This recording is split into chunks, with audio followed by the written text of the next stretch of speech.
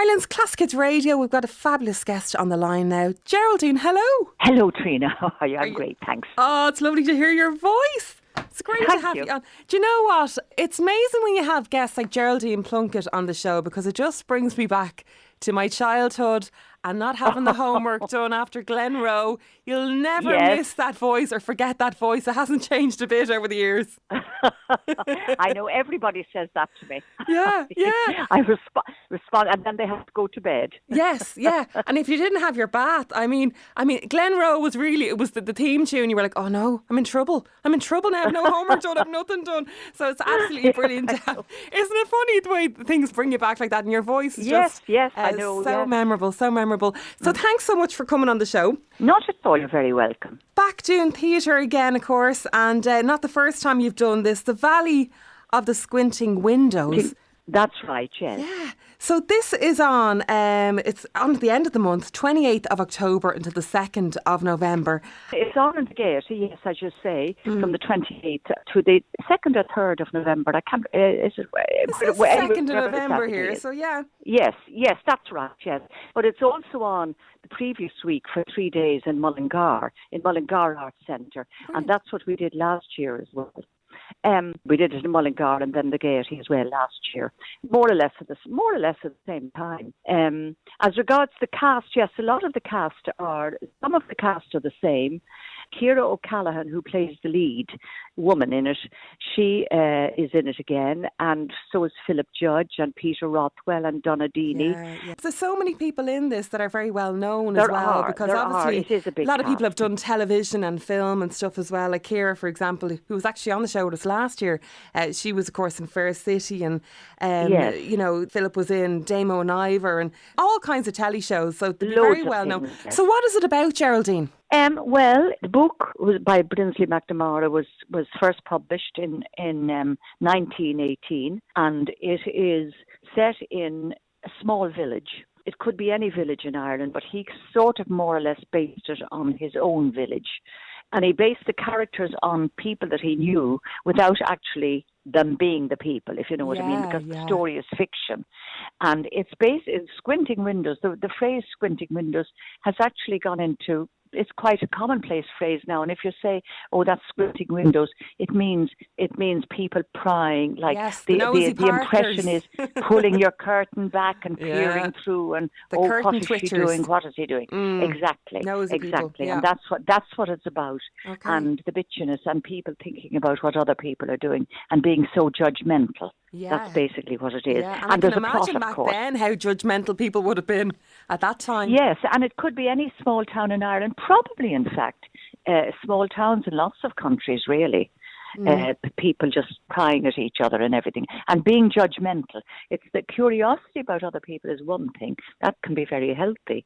But prying and judging and everything else and being very, very hard on people is a different kettle of fish, of course. Well, obviously it's a play that does very well because the fact that it's run before and it's back, and I know that you're doing matinees as well, which I love a matinee. Sometimes I'm just too tired at night time. Yes, well we've 3 matinees on the Gaiety, yeah. So Geraldine, how do you find the time to do all the things that you do? Well, I'm not doing all that much now. I mean, my children are grown up, for one thing, and I've grandchildren. I'm lucky to be able to sort of work. I'm not doing television and theatre all at the one time, which is sometimes tricky. I mean, sometimes I used to in the past, and you think, oh my God, you'd be doing television and then you'd have to rush into the theatre, and it's just a question of sort of almost walking a tightrope all the time. I know, you're taking on too much almost and then panicking. Well, the thing is that freelance actors, they do. You know, because they're afraid to say no to say things. And then sometimes something clashes and everything else. But nothing's clashing with you at the moment. Having a very peaceful life, just doing one thing at a time, which is great. And Geraldine, you're saying there about freelance actors. They're always afraid to say no. Have there been times where you've just been like, oh, good God, I can't pay the electricity bill this month? Because sometimes it goes like that. Yes, that's the thing. Well, now, luckily at my age, I don't, thanks be to God, don't have to worry about that so much. But it is it can be very difficult, and particularly for younger actors who don't know where the next who mightn't be financially stable and who don't know where the next job is coming from, or in the meantime, or they do know where the next job is coming from, but they've nothing in between times, Yeah, So it's all a bit of it can be a bit of a struggle. It's not a steady job, as they'd say. No, well, anything freelance. No, it's not a steady job. And any of the arts that are freelance, there is a worry. And it would be nice if the government saw fit to give a bit more support to freelance artists. And by artists, I mean right across the board. All the arts. It is tricky. It's difficult. Yeah. And Geraldine, I'm going to have to take you back to the Glenroe days because, as I mentioned at the start, adored Mary, and you still look the exact same. Number one, I need to know what's your secret, your beauty secret, because you literally haven't aged in all these years. Well, you're terribly kind. I've no beauty secret, really. Thanks be to God, I'm healthy. Yeah. Which is one thing. And it's not that I haven't actually aged, of course I have, but I suppose I've aged in a sort of a recognisable way, if you know what I mean. I sometimes meet people that I was at school with, and I know them and they know me. I mightn't have seen them for 50 years, but then there's other people you'd meet and you wouldn't know them from Adam. They've changed completely.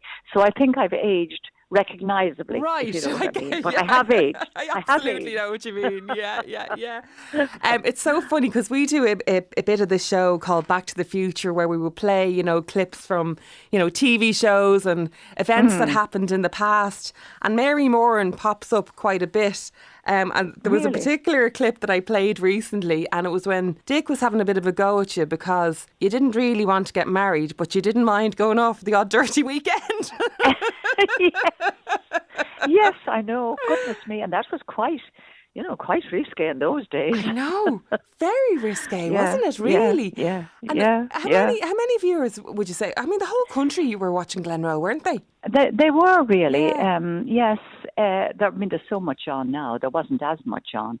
It ran for 70. It started in 1983 and it finished in 2001. 21, yeah. Wow. 2001, yeah. So I'm trying to think of when I would have been panicking over having the homework done.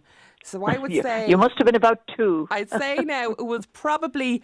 I would say the real panic would set in. It was probably about 1990, 1991, and I'd hear the music. And I'd be like, oh, good God, nothing's done for tomorrow.